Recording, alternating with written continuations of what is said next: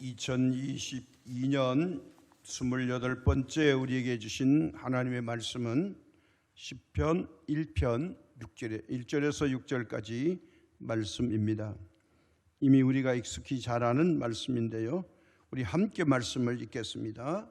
시편 1편 1절에서 6절까지 말씀입니다. 같이 함께 말씀 읽겠습니다. 복 있는 사람은 악인들의 꾀를 따르지 아니하며 죄인들의 길에 서지 아니하며 오만한 자들의 자리에 앉지 아니하고 오직 여호와의 율법을 즐거워하여 그의 율법을 주야로 묵상하는도다. 그는 시냇가에 심은 나무가 철을 따라 열매를 맺으며 그 잎사귀가 마르지 아니함 같으니 그가 하는 모든 일이 다 형통하리로다. 악인들은 그렇지 아니하며 오직 바람에 나는 겨와 같도다. 그러므로 악인들은 심판을 견디지 못하며 죄인들이 의인들의 모임에 들지 못하리로다. 무릇 의인들의 길은 여호와께서 인정하시나 악인들의 길은 망하리로다. 아멘. 오늘 우리는 하나님께서 은혜를 주셔서 이렇게 기쁜 마음으로 예배 드릴 수 있는 복을 받았습니다. 성경에는 복에 대한 이야기가 참 많이 기록되어 있습니다. 복은 크게 두 가지로 나눕니다. 먼저 하늘에 신령한 영의 복이 있는 반면에 땅에는 풍성하고 기름진 복이 있습니다. 그런데 우리 모든 범인들은, 보통의 사람들은 어느 복을 좋아하느냐? 두 번째 복, 땅에 풍성하고 기름진 복을 좋아합니다. 복이란 말을 쓰면 이걸 먼저 떠올립니다. 왜 그럴까요? 보이는 육신의 물질적 찰나의 복이 크게 보이기 때문에 그렇습니다. 왜 이걸 좋아하느냐? 내가 이런 복을 받아서 다른 사람에게 과시하고 싶어서. 나 이런 사람이요. 이걸 드러내기 위해서 사람들은 이것을 좋아합니다. 물론 성경에 분명히 말씀하고 약속합니다.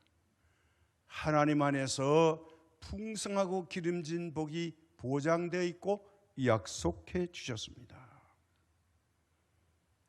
그러나 그것보다도 하나님의 복, 다시 말씀드려서 믿음의 복을 받는 것이 더 큰 은혜와 복임에도 불구하고 우리는 자꾸 땅의 복을 축복으로 알고 이걸 먼저 생각하고 이걸 받기에 혈안이 되어 있습니다. 그래서 복 받읍시다 하면 신령한 복을 받아야지가 아니고 그래 땅의 복을 받아야 되지. 아멘 합니다. 좋아하니까 강단에서 자꾸 복 받읍시다. 그럼 아멘 합니다. 복 받는 게 잘못된 거 아닙니다. 당연히 받아야 합니다. 그러나 순서가 있습니다. 하늘의 복을 먼저 받고 다음에 땅의 복을 받아야 됩니다. 믿음이 없이 땅의 복을 받으면 얼마 못 가서 다 빼앗기고 쏟아버리게 됩니다. 믿음의 그릇이 준비됐을 때 하늘의 복과 땅의 복이 완전하게 된다는 사실입니다. 그래서 성경에는요, 이 복에 대한 이야기를 하는데 진짜 복을 세 가지로 나눌 수 있습니다. 이 설교를 자주 안 했는데 이번에 오늘 이 진짜 복에 대해서 말씀을 드릴 테니까 이 복을 잘 받으시기 바랍니다. 첫 번째 복은 복을 받을 사람입니다. 이거는 미래지향적입니다. 아직 복을 받지 않았는데 복 받을 사람이에요. 여기에 대해서 신명기 28장 1절에서 6절까지 이런 말씀이 있습니다. 내가 내 하나님 여호와의 말씀을 삼가 듣고 내가 오늘 내게 명령하는 그의 모든 명령을 지켜 행하면 내 하나님 여호와께서 너를 세계 모든 민족 위에 뛰어나게 하실 것이라. 내가 내 하나님 여호와의 말씀을 청종하면 이 모든 복이 내게 임하며 내게 이르리니 성읍에서도 복을 받고 이걸 도시에서도 복을 받고 마을에서도 복을 받고 들판 들에서도 복을 받을 것이며 내 몸의 자녀와 내 토지의 소산과 내 짐승의 새끼와 소와 양의 새끼가 복을 받을 것이며 내 광주리와 떡반죽 그릇이 복을 받을 것이며 내가 들어와도 복을 받고 나가도 복을 받을 것이니라. 이 복을 받을 사람은요, 이래도 잘 되고 저래도 잘 되고, 안 될 사람은 엎어졌는데 뒤통수가 깨지고 넘어졌는데 코가 깨지는 겁니다. 이래도 안 되고 저래도 안 된 거는 복 받지 못할 사람이에요. 근데 복 받을 사람은 미래가 보장되어 있다는 겁니다. 그래서 오늘 여기 1절에서 6절까지 말씀을 드렸는데 복에 대한 이야기가 6절까지인데 7번 나옵니다. 복, 복, 복. 이건 뭐냐? 미래에 받을 복을 희망적으로 말씀해 주시는 겁니다. 금요일 우리가 제주공항에서 김포로 오는데 제 앞에 어떤 젊은 부부가 아주 이쁜 아기를 안고 있어요. 이 아이가 천진난만하게 뒤를 돌아보는데 그렇게 이쁠 수가 없어요. 그러면서 우리 일행들이 다 이 아이를 축복하고 이뻐했어요. 왜요? 이 아이가 앞으로 복을 받을 사람이기 때문에. 지금은 뭐 미숙하고 넘어지고 몸도 못 가누고 먹여주고 재워주고 아이의 뒷수발을 다 해주는 그런 정말 어리고 어린 아이지만 이 아이에게는 호통치거나 놀래키거나 저주하는 사람이 없다는 거예요. 왜요? 이 아이는 복을 받을 사람이기 때문에. 아직 성장하지 않았습니다. 이 아이가 장차 어떤 사람이 될지 모릅니다. 그는 무한한 가능성을 갖고 앞으로 하나님의 복과 땅의 복을 받을 아이이기 때문에 한없이 축복하고 이뻐해 주는 겁니다. 이것이 바로 미래의 복을 받을 사람의 모습입니다. 모든 어린아이는 앞으로 복을 받을 사람으로 태어났기 때문에 그렇습니다. 동물로 태어나지 않았습니다. 사람으로 태어난 그 자체가 복을 받을 수 있는 은혜를 입었죠. 영적인 복과 땅의 복을 풍성히 받을 수 있기 때문입니다. 그런데 이 아이가 복을 받을 때까지는 실수도 많이 하고 뭐 부족함이 많겠죠. 또 변성기를 거치면서 어린아이의 과정을 거치는데 화장실을 가는데 어떤 큰아이가 엄마와 시비를 하고 있습니다.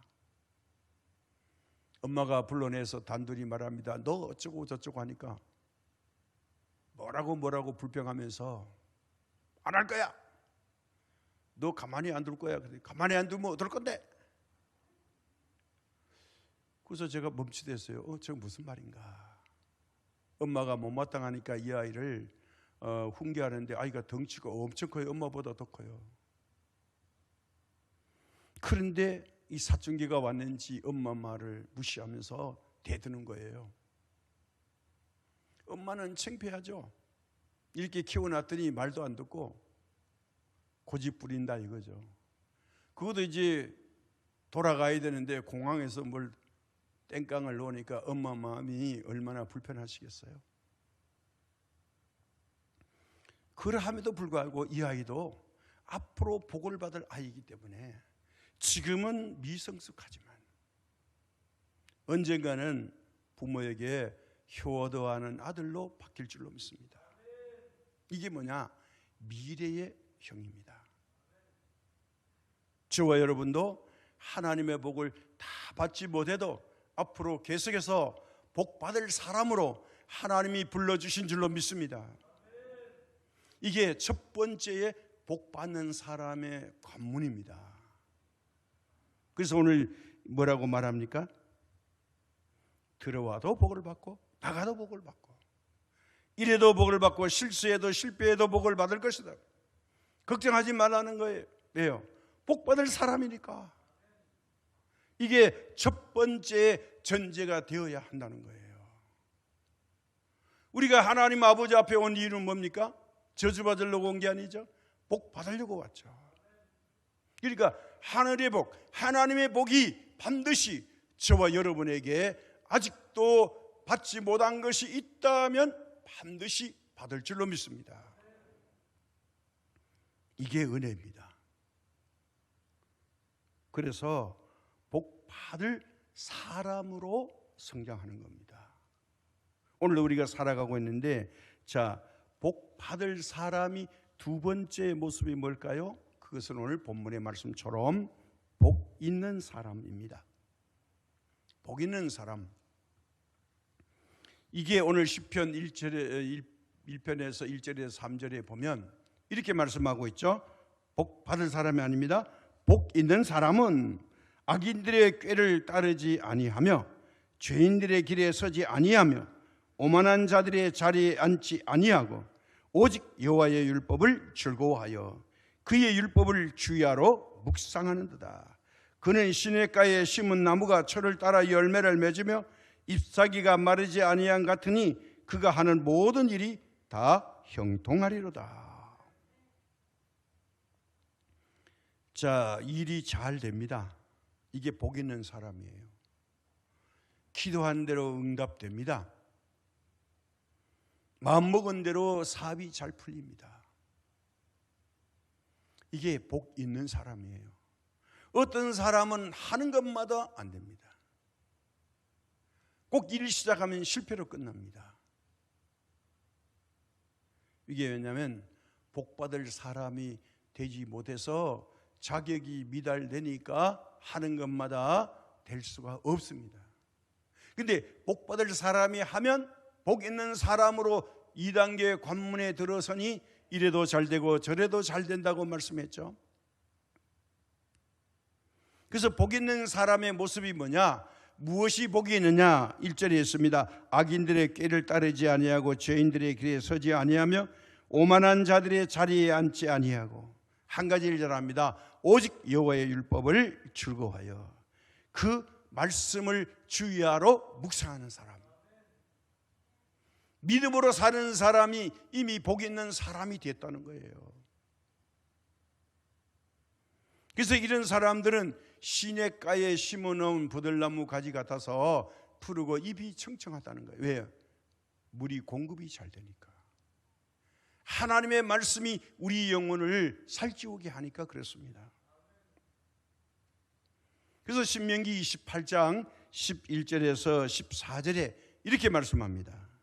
여호와께서 내게 주리라고 내 조상들에게 맹세하신 땅에서 내게 복을 주사 내 믿음의 소생과 가축의 새끼와 토지의 소산을 많게 하시며 여호와께서 너를 위하여 하늘의 아름다운 보고를 여시사 내 땅에 때를 따라 비를 내리시고 내 손으로 하는 모든 일에 복을 주시리니 내가 많은 민족에게 꾸어 줄지라도 너는 꾸지 아니할 것이요 여호와께서 너를 머리가 되고 꼬리가 되지 않게 하시며 위에만 있고 아래에 있지 않게 하시니 오직 너는 내가 오늘 내게 명령하는 내 하나님 여호와의 말씀을 듣고 지켜 행하며 내가 오늘 너희에게 명령하는 그 말씀을 떠나 좌로나 우로나 치우치지 아니하고 다른 신을 따라 섬기지 아니하면 이와 같으리라.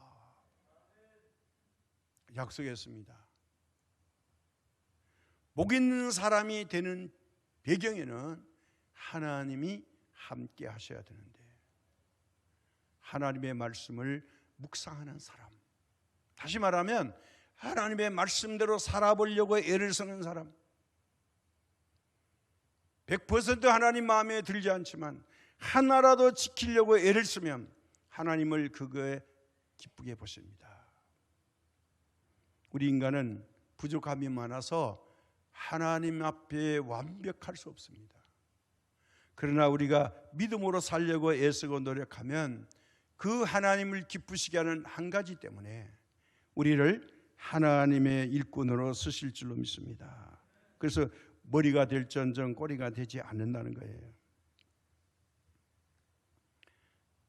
이번에도 보니까 우리 18살인가요? 어떤 피아노 콩쿠르에 나가서 세계적인 연주를 했다고 합니다. 이 친구도 보니까 기독교인인데 어머니가 열정으로 길러서 세계적인 콩쿠르에서 우승을 했습니다. 어떻게 보면 바보입니다. 밥만 먹으면 피아노 건반만 두드리는 거죠.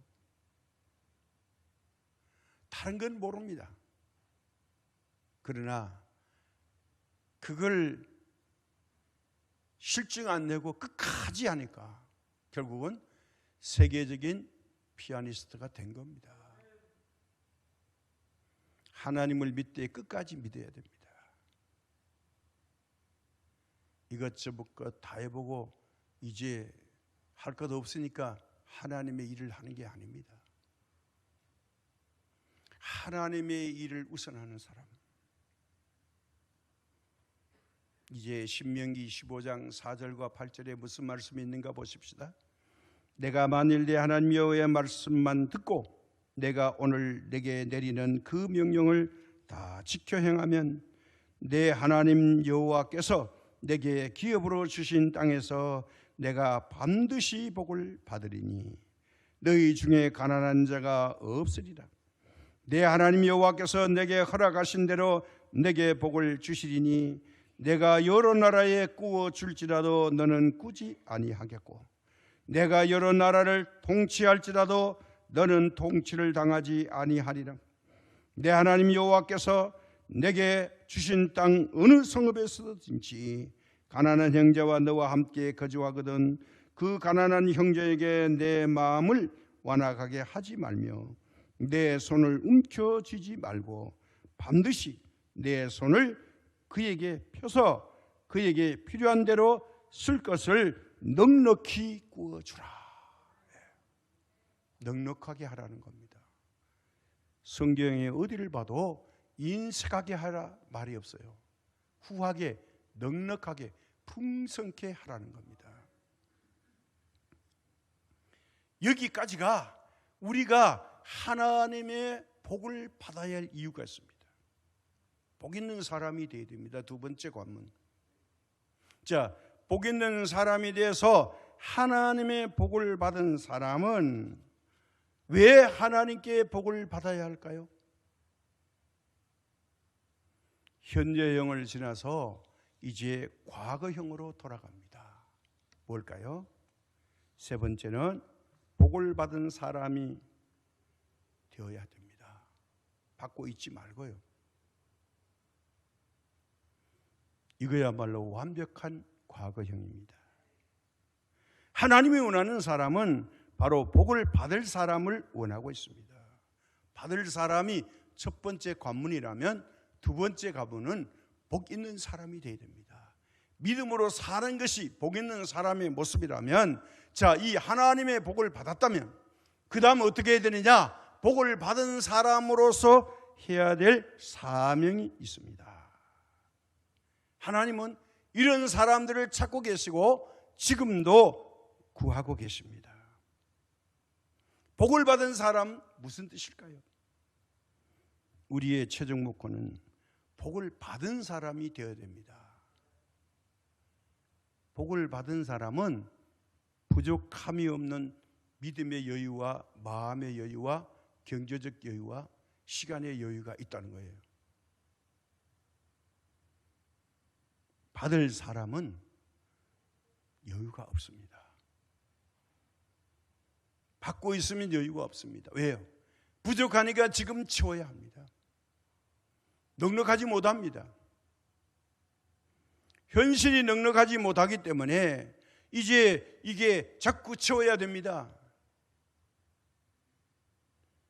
현실을 돌려볼 여유가 없습니다. 현실에 매여 있기 때문입니다. 그러나 우리가 여유가 생기면 이 사람은 하나님의 복은 받은 사람이에요. 이미 하나님의 복이 내게 임했다는 거예요. 무슨 말일까요? 사도행전 20장 33절에서 35절에 이렇게 말씀하고 있습니다. 내가 아무의 은이나 금이나 의복을 탐하지 아니하였고 여러분이 아는 바와 같이 이 손으로 나와 내 동행들이 쓰는 것을 충당하여 범사에 여러분에게 모범을 보여준 바와 같이 수고하여 약한 사람들을 돕고 또 주 예수께서 친히 말씀하신 바 주는 것이 받는 것보다 복이 있다 하심을 기억하여야 할지니라. 우리가 주는 거 쉬운 것 같지만 결코 쉽지 않습니다. 왜냐하면 주면 우리 손에서 떠나는 거죠. 비우면 부족해지죠. 그런데 주는 것이 채우는 것보다 복이 있다고 말씀하는 거예요. 이거 믿음이 없이는 할 수 없어요. 함께 나누는 거, 이거 다른 말로 하면 사랑입니다.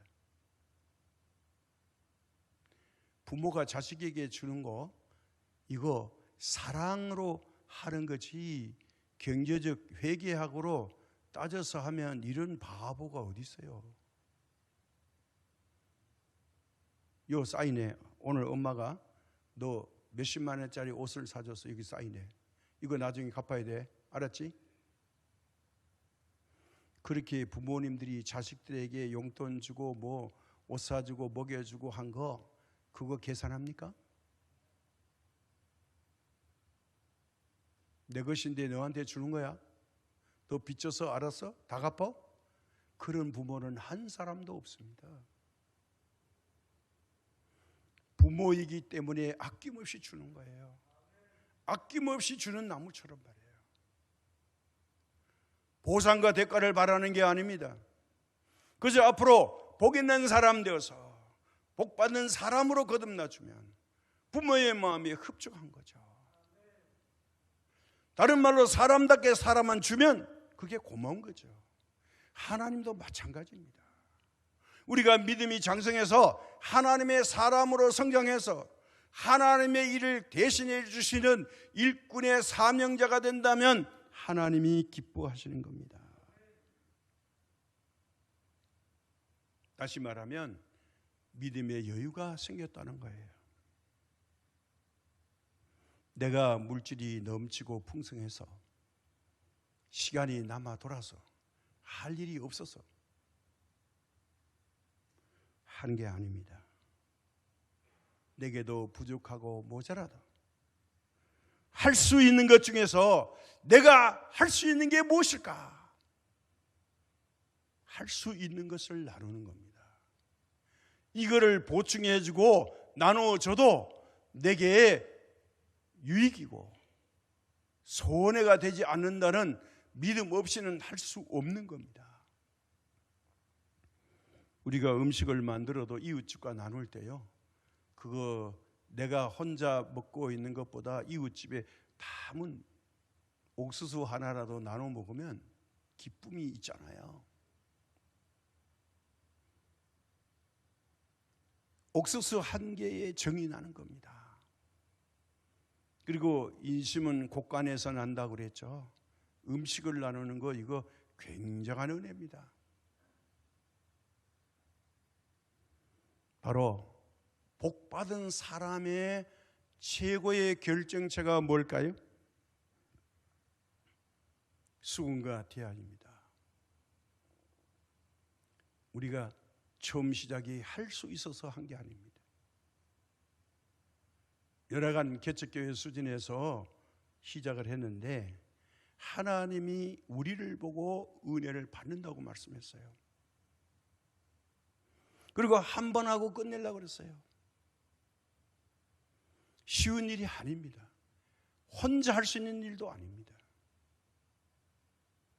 팀워크가 돼야 되는 겁니다.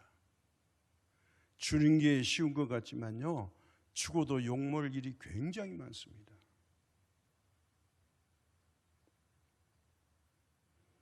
이거는 우리가 전국에 있는 목사님들에게 창성시민교회 곳간을 다 열어 제치는 것과 같아요. 우리 교회가 이런 교회입니다. 보십시오. 허점투성이죠. 뭐 아름다운 모습, 다른 교회보다 뭐 월등히 앞서가는 것도 아닙니다. 다만 하나, 복을 받은 사람으로서 우리도 여유가 만만치 않지만 함께 나눕시다, 이겁니다. 이게 지난 주간에 20번째를 한 것입니다. 다른 교회보다 우리가 이런 면에서 받은 것이 많아서 함께 나누고 싶습니다. 이거예요. 복받은 사람이 되었기에 20번째 행사를 은혜롭게 마치게 되었습니다.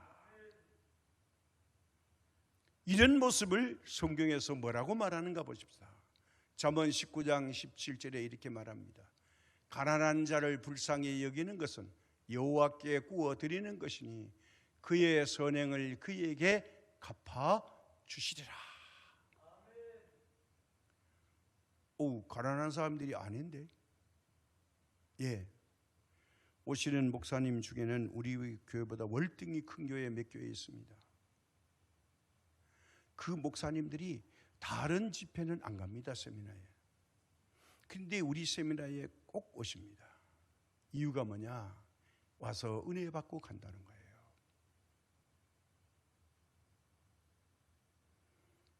어떤 목사님이 이 코로나 때에 36교회 선교를 하는데 선교비나 지원을 2년 6개월 동안 끊지 않고 계속 지원했대요. 1000여 명이 출석하는 교회입니다. 800여 명이 출석하는 교회도 있습니다. 이 목사님들은 조용히 와서 은혜 받고 갑니다. 그냥 오는 게 아니라 주변에 어려운 목사님들을 다 동원해 가지고 와서 위로해 주고 같이 공유합니다. 우리 교회가 큰 교회가 아니에요. 와서 보세요. 목사님들도 복받을 사람들입니다. 여기에서 뭔가는 얻어야 된다는 거예요. 우리 교회의 약점이나 허점 잡고 뭐 잠자리가 어떻고 음식은 어떻고 부엌이 어떻고 뭐 사람들 보니까 에이 뭐 그냥 트집 잡으러 오는 게 아닙니다. 은혜 받으러 온 거죠. 복을 받은 사람은 이렇게 달라지는 겁니다. 어떤 일을 하더라도 사람들이 결점만 눈에 보이면 그것밖에 생각 안 합니다. 99점짜리가 장점이고 1%가 부족해도 그걸 붙잡아 버리면 그만 그걸 입으로 내뱉습니다. 은혜 까먹는 거죠. 하나님은 뭘 보실까요? 100점짜리를 원하실까요? 하나님은 하나님이 하고 싶은 사명자의 일을 맡기시는 거죠. 왜요? 모든 교회 가운데 어느 한 교회라도 하나님의 마음에 드는 일을 하는 교회를 하나님이 주목하고 그 일을 하는 교회에 이 사명을 맡겨주실 줄로 믿습니다. 이게 뭐냐? 복을 받은 교회입니다. 아무나 할 수 있는 게 아닙니다. 예산으로 하는 거 아닙니다. 계획으로 하는 거 아닙니다. 이것은 팀워크가 돼서 이것을 이해하고 공유하는 그런 공동체만이 할 수 있는 겁니다. 이게 바로 하나님이 원하시는 거죠. 복받은 사람들의 모임에서 이 일을 계속할 수 있게 되는 것입니다. 시편 37편 26절에 이렇게 말합니다. 그는 종일토록 은혜를 베풀고 구워주니 그의 자손이 복을 받는도다. 자, 이게 받을 것이 아닙니다. 복을 받는도다. 하나님이 약속하신 거예요. 가난한 자를 불쌍히 여기는 거. 물론 우리 교회보다 못한 교회들이 많죠. 상주의 어떤 교회 목사님이 풍국교회 이야기를 했더니 조용히 와서 목사님, 저희 교회에 짜장면 한번 해주시면 감사하겠습니다. 그래서 제가 조심스럽게 신청하십시오 했어요. 알고 봤더니 이분이 우리 통합측이 아니고 합동측이라서 이 또 교단의 어떤 그걸 갖고 계신가 봐요. 우리는 초교파인데. 근데 교회의 사정을 자세히 기록했어요. 바로 이렇게 가난하고 어렵고 힘들고 하나님의 은혜와 사랑을 실천하고 싶은 교회에 부족하지만 우리가 가서 은혜를 베풀 때에 하나님께서는 그 교회에 새로운 불씨를 세우실 줄로 믿습니다. 시편 112편 5절입니다. 이런 말씀이에요. 은혜를 베풀어 구워주는 자는 잘 되나니 그 일을 정의로 행하리로다. 자, 전제가 있습니다. 은혜를 베풀며 구워주는 자. 자, 가난한 자를 불쌍히 여기는 거 하나님께 빚놓는다 그랬죠. 하나님께 구워주는 겁니다. 이게 사람에게 하는 게 아니에요. 하나님에게 빌려주는데 이걸 정의로 하라는 게 뭐죠? 믿음으로 하라는 거예요. 믿음 없이 하면 무효라는 거예요. 믿음으로 하면 유효라는 겁니다. 이게 우리가 잘나서 하는 게 아닙니다. 하나님의 말씀 따라서 보면 엄청난 말씀들이 많이 있는데 생략해서요. 신약에 와서 예수님은 더 구체적으로 말씀합니다. 누가복음 6장 34절과 35절에 너희가 받기를 바라고 사람들에게 구워주면 칭찬받을 것이 무엇이냐? 죄인들도 그만큼 받고자 하여 죄인에게 구워주느니라. 35절이 핵심입니다. 오직 너희는 원수를 사랑하고 선대하며 아무것도 바라지 말고 구워주라. 그리하면 너희가 뭐예요? 상이 클 것이요. 또 지극히 높으신 이의 아들이 되리니 그는 은혜를 모르는 자와 악한 자에게도 만지시느니라. 이게 세상을 변화시키는 원동력이라는 거예요. 그렇게 하면 하나님이 책임지신다는 겁니다. 너희 상이 클 것이요 또 지극히 높으신 이의 아들이 되리니 그는 은혜를 모르는 자와 악한 자에게도 인자하시니라. 왜요? 은혜 모르는 사람, 악한 사람에게도 베풀어 놓으면 하나님은 그 사람들에게도 동일하게 사랑하고 계시니 이게 원수 사랑까지 실천해 버렸다는 거예요. 이번 20회 이 집회를 하면서 제가 받은 은혜 4가지의 특징이 있습니다. 어느 해보다도 첫 번째, 오신 강사 목사님들이 제일 먼저 은혜를 받았다는 거예요. 이제까지 그냥 감동입니다 이랬는데 강사 목사님 3분 다가 계속 문자로 제게 이런 집회 이거 제가 은혜 받았습니다. 제가 감동받았습니다. 이렇게 20회 하는 줄 몰랐습니다. 이렇게 강사님들이 은혜 받으니까 두 번째는 오신 목사님들이 몽땅 다 은혜를 받아서요. 불평하는 것 저는 듣지 못했고 또 이렇게 모여 있으면 이분들의 염려가 이제 어떻게 될 거냐 이걸 답하라는 요구를 너무 많이 받았습니다. 세 번째는 우리가 2달 동안 기도했는데 오시는 목사님 교회에 초상나지 않게 해주시고 초상나면 못 옵니다. 우리 교회도 초상나지 않게 해주세요. 두 번째, 하나님 장마와 태풍의 계절인데 태풍 때문에 행사에 지장을 받지 않게 해주세요. 계속 그러니까 어떤 분이 아이고 목사님 뭐 태풍 불지도 않을 건데 뭘 태풍은 먼저 저렇게 2달 전부터 목사님이 계속 저렇게 말하나. 먼저 하나님께 보고했더니 4일날 태풍이 제주도로 직격으로 온다는 예보가 있었죠. 4호 AD. 근데 걱정 안 했습니다. 근데 우리 호텔 사장님이 김경자 권사님이 전화하니까 아이고 태풍 온다는데 행사 어떻게 하시려고. 걱정하지 마세요. 태풍 그깟 거 소용없어요. 안 불 거예요 그거. 아이고 그렇게 말하니까 할 말이 없네요. 그거 걱정 안 한다고요 우리가. 그리고 갔더니 진짜 태풍이 일본으로 가버렸네요. 이게 태풍은 완만하게 곡선을 그리지 90도로 각도로 꺾어지는 일은 이제까지 기상예보학자들이 없었답니다. 일본으로 가버렸는데요. 이 4일날 일본으로 꺾어간 태풍이 어제 밤까지 일본에 시마여현인가요? 여기에 시간당 110mm 비가 내렸대요. 물난리가 나고 난리가 났어요. 하나님께서 하시는 일이죠. 왜요? 수군과 대야가 못마땅하면 태풍으로 가지 마라.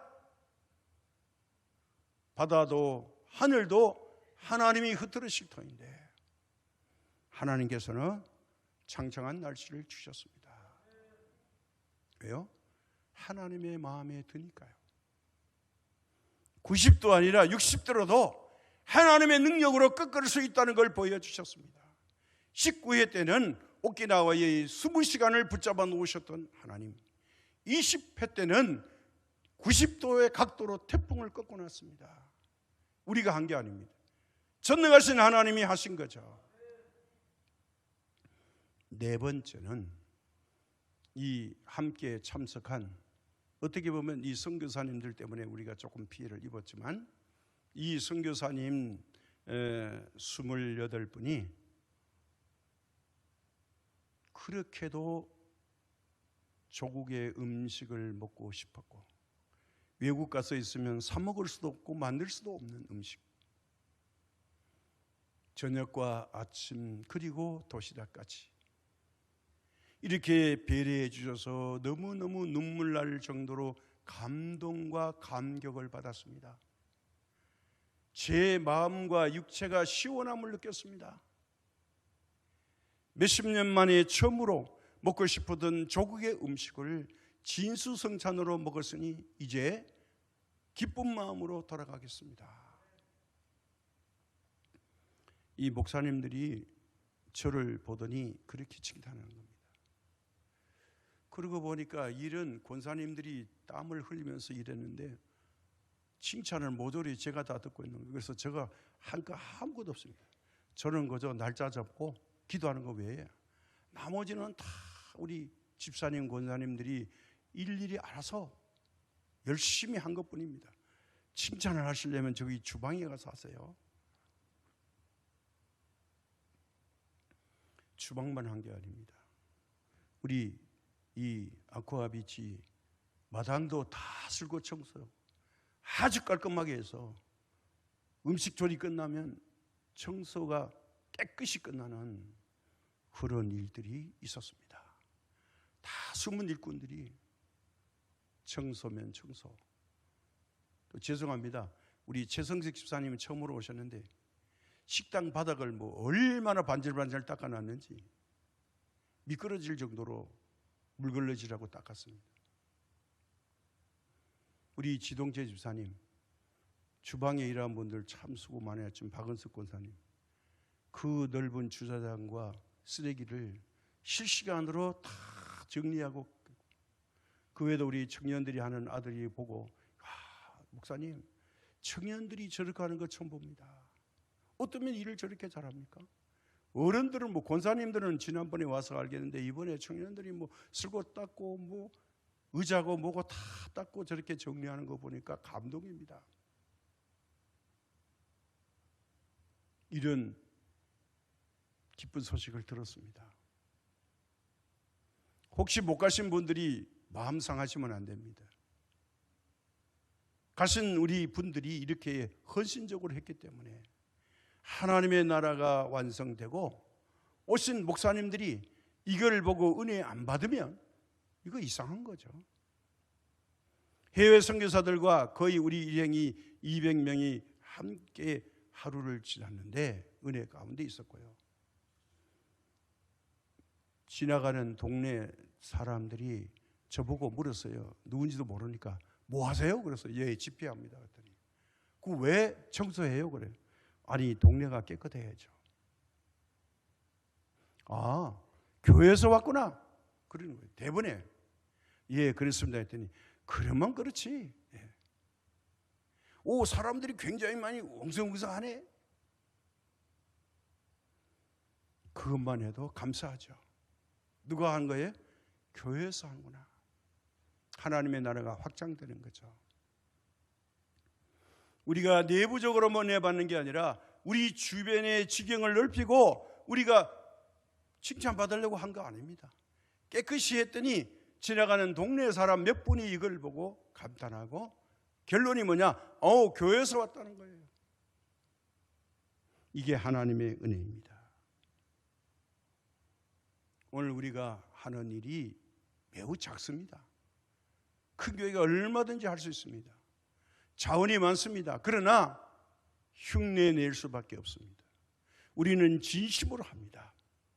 그게 다릅니다. 그래서 큰 교회 목사님이 말합니다. 목사님, 죄송합니다. 우리 교회는 죽었다 깨나도 못합니다. 창성시민교회만이 할 수 있습니다. 올 때마다 은혜가 된다는 거예요. 저 땀나는 곳에서 어떻게 웃으면서 음식하고 저렇게 일할 수 있냐 하는 겁니다. 마음껏 한없이 우리가 참석하신 모든 분들에게 은혜를 끼쳐서 성령 충만, 은혜 충만, 말씀 충만, 기도 충만, 찬양 충만케 된 이번 20회 수군과 대하에 모든 것을 완벽하게 마무리하게 해주신 하나님께 영광을 돌려드리고, 수고하신 모든 분들께 정말 감탄과 존경과 감사를 드리고, 또 교회에 남아서 기도로 지원해 준 여러분들에게 감사를 드립니다. 또 마음으로 기도하신 여러분, 물질의 손길로 동참했기에 금년에도 물질의 부족함은 없이 넉넉하지는 못했지만 그러나 비치지 않고 행사를 마치게 하신 하나님께 감사를 드립니다. 얼마나 기적입니까? 이건 예산으로 하는 게 아닙니다. 하나님의 은혜로 했습니다. 모든 분들께 감사드립니다. 그래서 지금 이 행사를 보고 1회부터 20회까지 함께 동참해 주신 목사님 두 분이 계셔요. 그분 중에 하나님, 새희망교회를 담당하시는 이 목사님이 동영상을 제작해서 제게 보여주셨는데 진심 어린 동영상이 있습니다. 한 2분짜리인데 보시고 은혜 받으시기 바랍니다. 좋은 아침입니다. 오늘 2022년도 7월 9일 토요일입니다. 오늘 아침 말씀 묵상은 창성시민교회에서 주관했던 제20회 전국 목회자 세미나, 수고원과 대화 세미나라고 합니다. 참석해서 감사의 말씀을 드리는 걸로 대신하겠습니다. 창성시민교회는 금년에 20회째 우리 수고원과 대화 목회자 세미나를 했는데요. 우리 코로나 때문에 한 2년 쉬었는데 올해 이제 20회째 제주도 성산 아쿠아 비치 호텔에 실렸습니다. 정말 어느 때에 비해도 큰 은혜의 시간, 감동의 시간이었습니다. 특별히 20회째 오기까지 정말 수고해 주신, 섬겨 주신 창성시민교회 모든 분들에게 감사드리고, 그리고 장지아 목사님, 너무나 수고 많으셨습니다. 우리 주님께서 큰 위로와 또 힘을 주시라고 믿습니다. 또 조용히 정말 뒤에서 헌신해 주신 귀한 사모님, 그리고 우리 장기산 또 목사님 찬양 인도로 정말 갈수록 찬양의 은혜가 넘칩니다. 그리고 또 좌우에서 우리 그 자매님들 찬양 같이 해주시고, 뭐 드럼, 기타, 신디사인, 기타 영상으로 수리한 우리 형제 자매님들에게도 축복합니다. 우리 김하희 목사님도 정말 수고가 많으셨어요. 아침 일찍부터 저녁 늦게까지 우리 주님께서 새 힘을 주시라고 했습니다. 사실 무엇보다도 제가 이제 개인적으로 감사의 말씀을 드리고 싶은 것은 그 주방에서 수고해주신 우리 권사님, 집사님, 장로님들 너무나도 수고 많으셨습니다. 한 분 한 분들 개인적으로 정말 격려하고 축복해야 되는데 이렇게 영상으로나마 대신 인사를 드립니다. 수고한 대로 행한 대로 분명히 우리 하나님께서 갚아 주실 것이라고 믿습니다. 우리 주님의 위로와 평안이 우리 창성 시민교회 모든 분들에게 함께 하시기를 다시 한번 축복합니다. 감사합니다. 할렐루야. 네. 이 목사님이 1회 때부터 참석하셨고 또 한 분이 계신데 20회 동안 이 두 분만 계속해서 오셨는데 어떻게 보면 저보다 우리 수군과 대화를 더 잘 알아요. 객관적으로 보니까. 그래서 우리의 모든 것을 알고 있는 분입니다. 그런데 20회가 어느 때보다도 우리가 기도한 만큼 은혜로웠다는 것입니다. 우리가 이렇게 베풀 수 있는 것은 우리의 노력이 아니고 하나님의 은혜입니다. 이것이 하나님의 뜻입니다. 할 수 없었음에도 불구하고 할 수 있게 해주신 하나님. 이걸 다른 말로 하면 사명입니다. 우리에게는 소명이 있고 사명이 있는데 하나님이 우리를 불러주셨다면 왜 부르셨을까요? 뭔가 할 일이 있다는 겁니다. 그 할 일을 우리에게 사명으로 주셨습니다. 그런데 이 사명은 감당하지 못하면 빼앗깁니다. 이게 중요한 겁니다. 하나님께서 이스라엘의 초대 왕으로 사울왕을 세웠습니다. 그러나 사울왕이 왕의 사명을 감당하지 못할 때 하나님은 사무엘을 보내가지고 이대의 왕 다윗 왕을 세웠습니다. 이렇게 말씀하죠. 다윗을 만나니 내 마음에 드는 자라, 이렇게 말했어요. 자, 사도행전 13장 21절과 22절에 이렇게 말합니다. 그 후에 그들이 왕을 구하거늘 하나님이 베냐민 지파 사람 기스의 아들 사울을 40년간 주셨다가 피하시고 다윗을 왕으로 세우시고 증언하여 이르시되 내가 이새의 아들 다윗을 만나니 내 마음에 맞는 사람이라 내 뜻을 다 이루리라. 다윗을 만났는데 내 마음에 드니 하나님의 뜻을 누구에게 맡긴다고요? 다윗 왕에게 맡기겠다. 이렇게 말씀했습니다. 오늘 우리의 이 섬김은 사명으로 하는 겁니다. 사람에게 자랑하는 게 아닙니다. 부족함에도 불구하고 하나님의 은혜로 여기까지 왔습니다. 우리가 믿음이 아니고서는 하나님을 기쁘시게 할 수 없다고 히브리서 11장에서 말씀합니다. 우리는 복받은 사람으로서 창성 시민교회 모든 공동체 여러분, 주님이 오실 때까지 우리의 사명을 잘 감당할 수 있기를 바랍니다. 교회의 사명도 있고 개인의 사명도 있습니다. 우리 가정의 사명도 있습니다. 우리 주님 오실 때까지 영원히 이 사명을 감당하며 주님의 길을 가는 그런 각오와 다짐으로 함께 하나님 앞에 기쁨으로 찬양 드리겠습니다.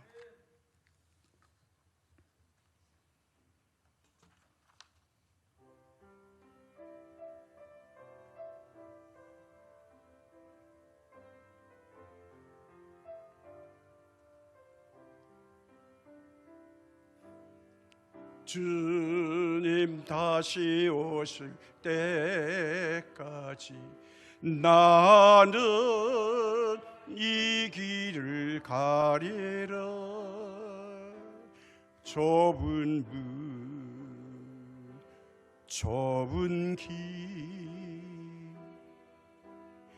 나의 십자가 지고 나의 가는 이 길 끝에서 나는 주님을 보리라.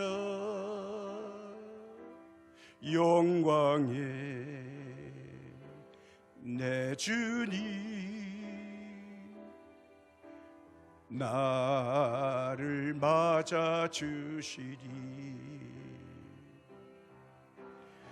주님 다시 오실 때까지 나는 일어나 달려가리라. 주의 영광 온 땅 덮을 때 나는 일어나 노래하리. 내 사모하는 주님 온 세상 구주시라. 내 사모하는 주님 영광의 왕이시라. 하나님 아버지 감사합니다. 고맙습니다. 하나님의 은혜로 이렇게 제20회의 수군가 디아를 잘 마치고 우리가 한 것이 아니라 여호와 니시 여호와의 승리였습니다. 우리를 하나님의 귀한 도구로 삼아 주셔서 우리가 쓰임받은 것을 감사드립니다. 그동안 현지에서 땀 흘리며 열악한 조건 속에서도 하나님 감사하며 기뻐하며 이 일을 감당했습니다. 또 교회에 남아서 새벽마다 깨우며 기도하며 물질로 여러 가지 마음으로 가정에서도 애쓰고 도와주신 모든 장성시민교회 공동체 위에 하나님께서 오늘까지 인도해 주셔사오니 진심으로 감사드립니다. 오신 126명의 목사님 사모님들과 또 28분의 선교사님들 이제 현지로 돌아가서 이번 주간부터 성령 충만한 교회가 되기를 원합니다. 성령의 부흥의 불씨가 살아나기를 원합니다. 하나님 도와주시옵고 몸된 교회의 사명을 잘 감당할 수 있도록 은혜를 베풀어 주옵시며 오직 이 일에 하나님만이 존귀와 영광을 받아 주옵시고 우리는 이름도 없이 빛도 없이 섬김으로 하나님의 나라에 완성되어지는 하나님의 일꾼들 되게 하여 주옵시고 더 큰 믿음으로 하나님 앞에 나가 하나님께 온전히 영광 돌리며 우리 지역 사회에 꼭 필요한 교회, 빛을 발하는 교회, 소금되는 교회가 될 수 있도록 도와주옵시며 오늘도 믿음이 일치해서 하나님께 온전히 영광 돌리는 귀한 역사하심이 있게 하여 주옵소서. 어린아이로부터 노인에 이르기까지 하나님의 은혜가 항상 충만케 하여 주실 줄 믿사옵고 우리 주 예수님의 이름으로 기도드립니다. 아멘.